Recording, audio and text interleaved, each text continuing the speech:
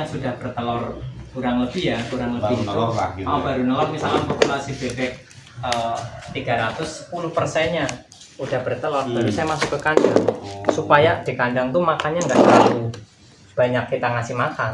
Iya. Karena kalau masih muda kita taruh di kandang itu kan berarti 1 bulan baru bertelur, Pak. Tekor dipakan Tekor juga. dipakan.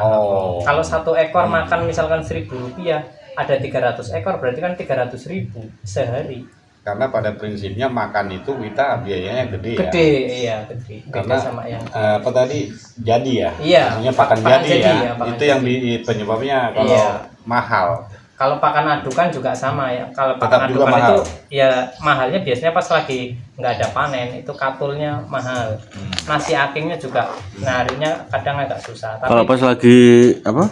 Pas lagi musim susah gitu, bekatul sampai berapa harga?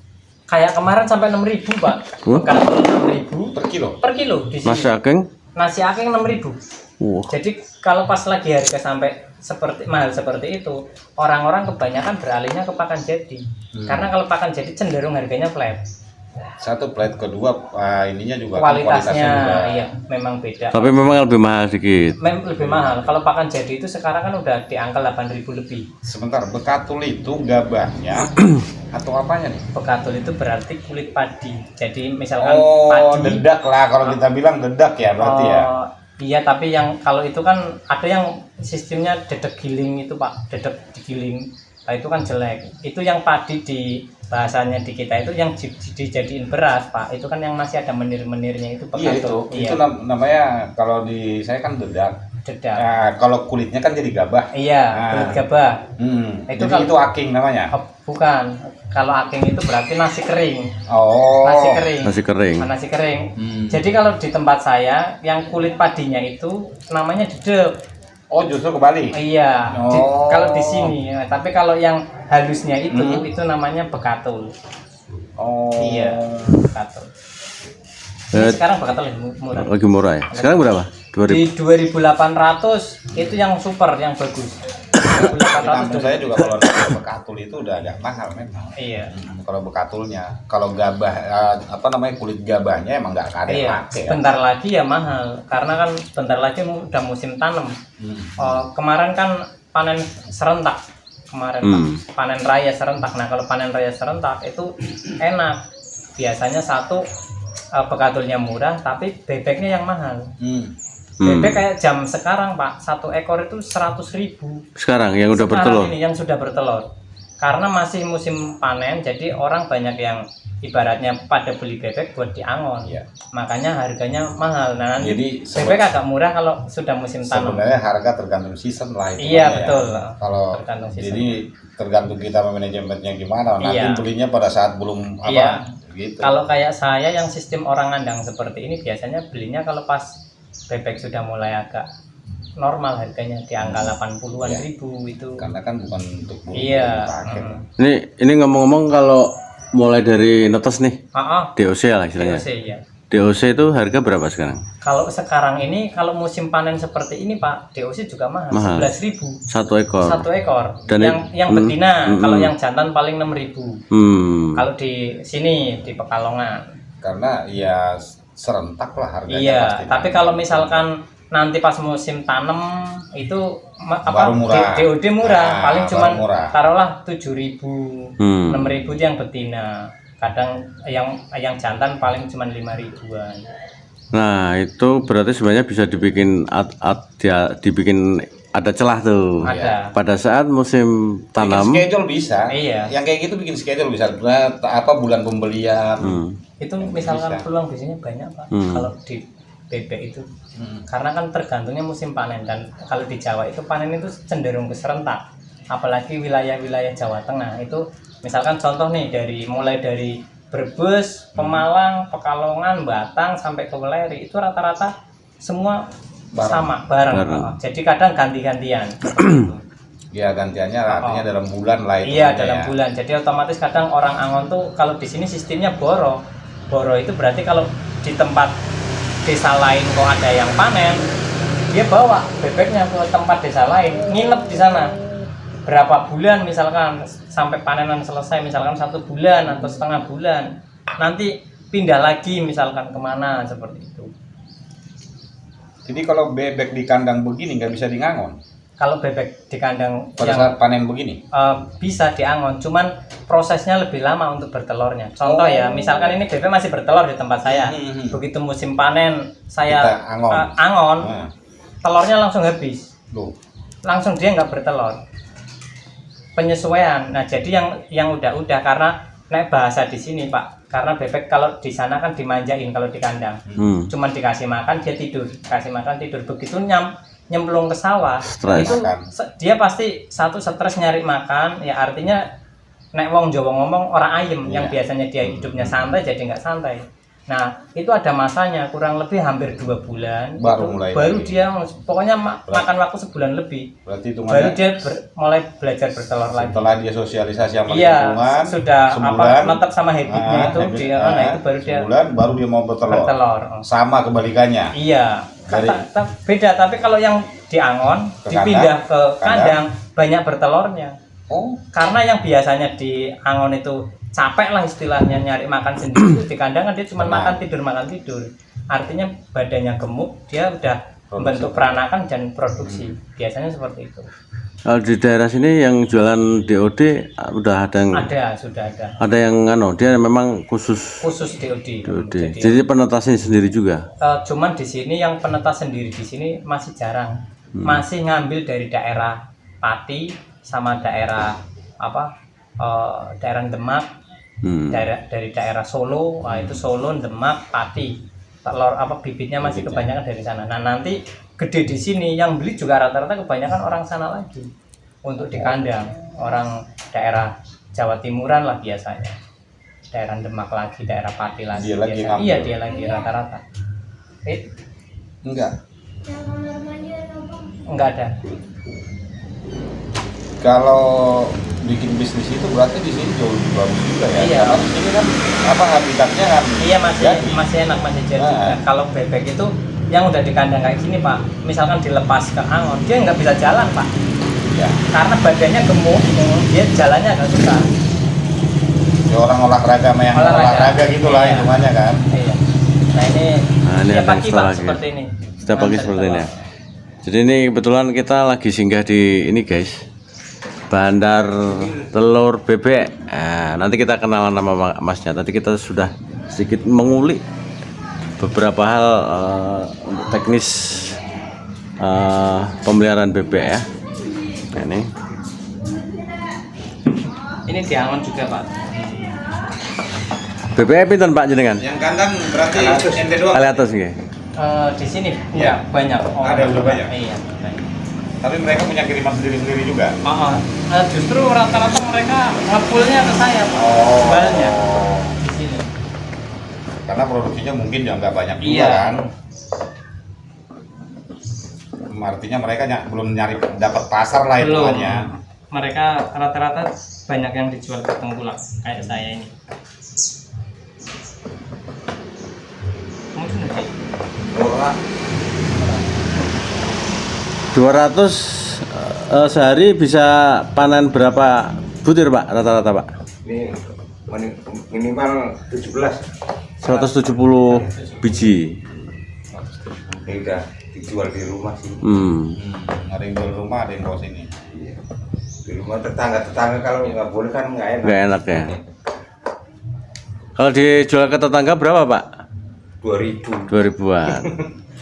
Yang kecil. Harga tetangga. Iya, yang kecil. Iya, tetangga pasti dikasih yang kecil, yang gedenya nggak Yang dikasih. gedenya dikasih kecil. Ini semua nih. Jadi ini udah dibersihin Pak? Belum. Belum. Belum, langsung begitu dari Masih. Dari kandang. kandang. Sudah berapa lama Pak pelihara bebek? 10 tahun kan. Udah 10 tahun ya. Setiap pelihara 200 rata-rata. Kalau ada yang ngirim ke banyak ada yang 200 Hmm. kemampuan Tergantung Bapak biasanya paling banyak berapa dulu? Nyampe ke Jakarta. 2,5 250. Saya di 2400. 24. Mereka kan ngecer buat martabak itu masih mungkin 27, 28 ke tukang-tukang martabak. Apa saya aja ngambil 3.000, 3.000. 3.050. Duh, mana? Tapi diterima tempat ya. Iya. Itu juga saya kirim sampai tempat Pak. Pokoknya kalau pakai travel itu Bapak cukup di rumah aja. Nanti tinggal kasih alamatnya, ngambil di depan rumah saya, sampai ke sana depan rumah Bapak. Travel ini mobil pribadi. Iya, yang mobil-mobil pribadi gitu, elop gitu mobil elop. Yang bawa penumpang, Iya. kadang bawa penumpang, kadang Iya, bawa penumpang. Iya, kadang bawa. Pecah tidak? Oh iya, kadang bawa apa namanya, barang-barang juga. Tapi minimalnya 2000 butir. butir. Karena kalau pas nggak ada barangannya itu ongkos travelnya biar nutup faktor 2000. 2000 kalau nggak ada barengan ya? Iya, kalau ada barangan kalau ada 1000 bisa. barangan sih 1000 bisa. Orang saya sekali ngambil 150 gini. 150 butir. 300. Oh 300. Satu ikat begini dibikin Iya. 10 tingkat kan? Iya. Kalau saya bikinnya 5 tingkat. Iya, kalau Supaya saya ngambil nggak itu banyak dibikin pecah. dikasih 10. Ini 300. 300, iya kalau 10 tingkat. Sebenarnya peluang telur bebek ini bagus. Telur martabak, jamu, Iya. Roti. Tukang bakmi. roti nggak jarang Pak. Kalau untuk roti dulu saudara Selipi Iya. sana Jakarta pakai Dulu. roti. Sekarang roti itu pakainya telur inian, telur ayam. Tapi kalau yang dalamnya omega merah kayak gitu, biasanya kebanyakan campuran bikin bakmi itu Pak. Tapi ada juga kan telur ayam bebek yang omega juga Iya. ada masalahnya. Di Karena dia lebih murah, larinya ke sana dia. Itu dibikin apa namanya? Saya juga punya pengirim kecil, tapi kecilan ya, omega kecilan. Kayak gitu merahnya tuh. Merah. Telur ayam negeri, tapi segini-gini nih, Iya, kecil-kecil ya. Kecil. Saya punya pengirim dari Subang. Itu juga kirim langsung. Dari Subang. Hah? Kalau betul limong, Apa nih?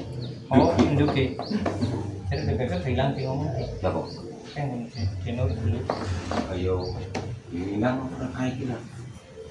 Terus cara bayarnya biasanya bos gimana? COD apa? Transfer. Transfer. Iya, kalau misalkan travel itu kan nggak pernah tak pegangin duit dia, karena dia kan nginep dulu Pak di sana.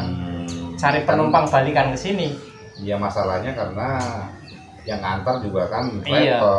travel. Kalau mobil sendiri kan mungkin bisa COD kan gitu Iya. kan. Kalau saya biasanya saya sistemnya transfer aja nanti. Kalau misalkan itu barang nyampe. Enggak, maksudnya transfer itu barang diterima baru transfer. Ya kalau sudah kenal sama bapak sih hari itu nanti sore atau kapan. Tapi kalau yang belum kenal biasanya saya begitu barang sampai sopir belum jalan Pak suruh transfer.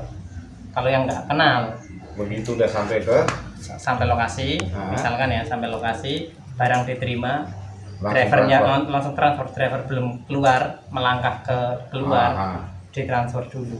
Kalau yang biasanya yang belum kenal seperti itu. Tapi berani kirim kalau belum kenal di awal. Ya berani, cuman kan lihat historinya biasanya kan kalau kayak sekarang itu dulu saya mantan di sana jadi kan si kenal si A kenal si B rata-rata udah lingkupnya ya itu aja sebenarnya. Sebenarnya udah tahu lah Iya. gitu ya. Biasanya seperti itu. Kalau kayak saya kan pemain baru nih. Iya. Coba saya telepon kirim ke saya, mungkin situ nggak bakal gubris kan Kalau gitu kan. Satu saya yang penting kalau nyampe di sana langsung ditransfer tetap saya cek Tapi gate kan kontak. belum. Hah? Saya cek di gate kontak. Gate kontak itu kalau mau nipu mau apa tuh kelihatan Pak kalau sekarang ini. Terus kan ya kita punya feeling yang namanya manusia kan. Iya. Orang Analisa yang lah, orang kalau- yang benar yang mau yang benar sama yang niatnya kurang benar kan tetap gelagatnya ketahuan. Maksud saya tetap analisa lah. Iya, ya. tetap ada. Sirun sangat. Lu kan dekat pasar Pondok Labu soalnya. Bisa aku jual banyak. Kalau telur bebek ini kan nggak ada ruginya. Ruginya itu pada saat dia nggak kejual. Kalau susu utama itu kan dia tetap biki ya. 10 hari aja kuat. 10 hari. Asal jangan kena air hujan. Iya. 10 hari dari bertelur. Iya. Jangan kena air hujan, kalau air hujan cepet. Sebenarnya kalau saya bilang sih lebih dari 10 hari. Iya. Lebih dari 10 hari. Berarti minimal ngomong pahitnya dulu kan gitu. Kalau dari telur sampai ke ini sebenarnya kekuatannya itu bisa sampai hampir 20 hari. Itu posisinya masih ada konsumsi sampai 20 hari mulai dari dia nelor ya. Karena prosesnya kan dari gini nih, nelor nih. Itu kan bisa 3 hari. Rong dulu ya? Hah? Ini sirang dulu kok, parasit tuh. Apa? Iya. Sirang dulu. Mengatur rong dulunya. Sirang atas sih berarti lah. Iya. Oh, bener. Kira-kira dia. Iya. Lo jangan ono kan? Loyangnya ono. Iya. Kalau di sini namanya nasi aking. Apa loyang kan nasi aking itu. Si kita video ngumpul yang mana? Jadi setengah di kamar. Oh, yang setengah di bawah. Oh, Siapa? selamat. Jadi ngasih makannya direndam dulu, dia dilembutin dulu apa gimana Pak? Dilembutin lagi dia. Cuci dulu. Cuci. Aku boleh bisa kok. Ya. Apa dalam posisi keras bebek itu makan? Enggak. Kalau udah agak mempur dikit kan. Iya berarti kan di dikit. Ini nasi aking di sini berapa harganya? Di sini nasi aking 3.000. 3.000. Jam ini masih murah. Masih 3.000. 3.000 3,5 mal-mali. Berarti naik kulaan harus Rp1.000 ya? Pulaan 2.000, 2.000 2,5 ya. paling. Itu biasanya kalau nasi aking yang ngasih ya ibu-ibu rumah tangga gitu Pak ya? Iya yang ada yang sekolahnya. ya. Sama rongsok itu rongsok piling yang banyak kan. Nah ini kalau keras gini bebek nggak mau kan? Harus dilembutin lah. Iya kalau dilembutin. Kalau gede-gede kadang-kadang ketelan nggak bisa masuk malah mati. Iya. Nasi aking kan nasi bukan nasi basi ya? Bukan. Nasi sisa. Nasi sisa atau jemur? Sebenarnya masih basi cuma nggak masalah kalau dikeringin Pak. Basi karena kempel. Nggak bisa Iya. nempel. Ayo.